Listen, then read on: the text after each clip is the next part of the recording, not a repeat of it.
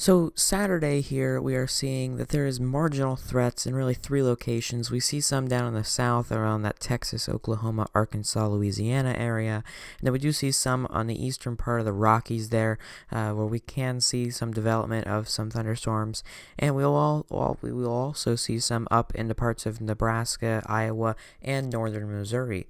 So what we can expect today is some pop-up thunderstorms to see kind of based around the low, and that we're going to see some lines. This is actually going to affect us most of the weekend because we're going to see this storm system actually whip and continue moving, and it's going to develop another one further to the north on Sunday. So temperatures here on Saturday, we have very nice temperatures across the nation. We are finally in that area that we could say we have nice temperatures. The lowest is looking like it's probably in the 50s, and then we're going to see 60s, 70s, 80s, and even 90s at the highest across most of the nation otherwise. So Saturday morning, we are seeing that there is a kind of a system moving across Texas that is developing as really a low, bringing a lot of precipitation into parts of Louisiana.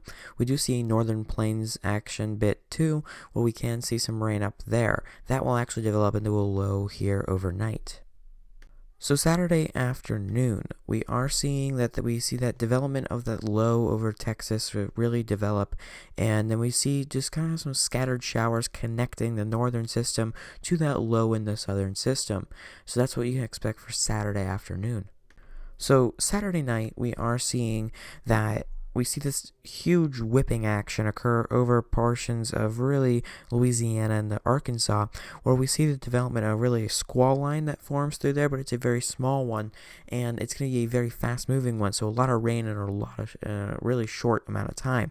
We do see the northern system start to gain its rotation also, so we are seeing two pressure systems kind of starting to counteract each other, and then we're actually going to see this low develop into two lows and then transfer into one overnight.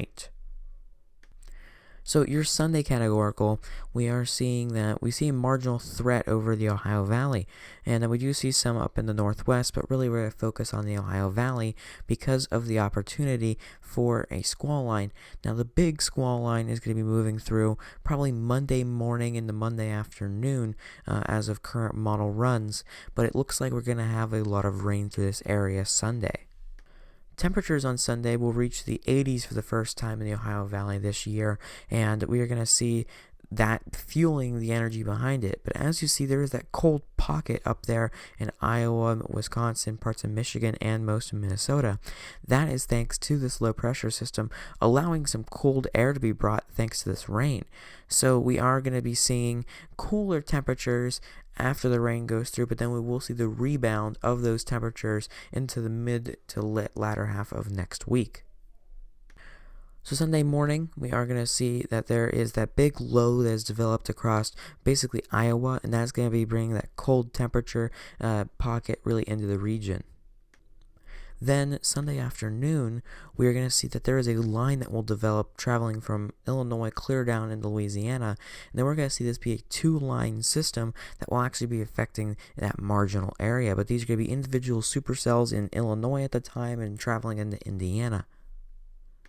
So then finally, Sunday night, we are going to be seeing that these are going to develop into a big squall line. It's going to basically be from Indiana clear down into the south, and we're going to see this travel overnight a little bit further east. It is a slow moving system though, because it is going to be being pulled north rather than going east. So it's not going to be a surging system, it's more going to be a training system going to the north, and it's going to be eventually traveling to the east.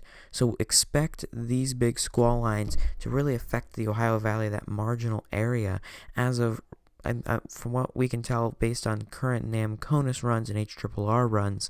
You can expect that Monday between really 9 a.m. and 3 p.m. somewhere in there is where that line is going to hit. But for right now, Saturday, Sunday, looking pretty nice over most of the nation. If you are not in that area of that squall line formation and those two lows developing, you are going to have a very nice weekend. So we hope to see you on Monday for that forecast, where we're going to talk about how that squall line is affecting parts of the Ohio Valley and then how it will travel to the eastern coast. I want to thank you all again, and remember to be weather ready.